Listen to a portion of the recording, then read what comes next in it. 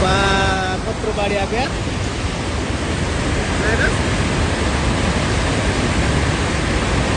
घर बस्यो लाइभ ल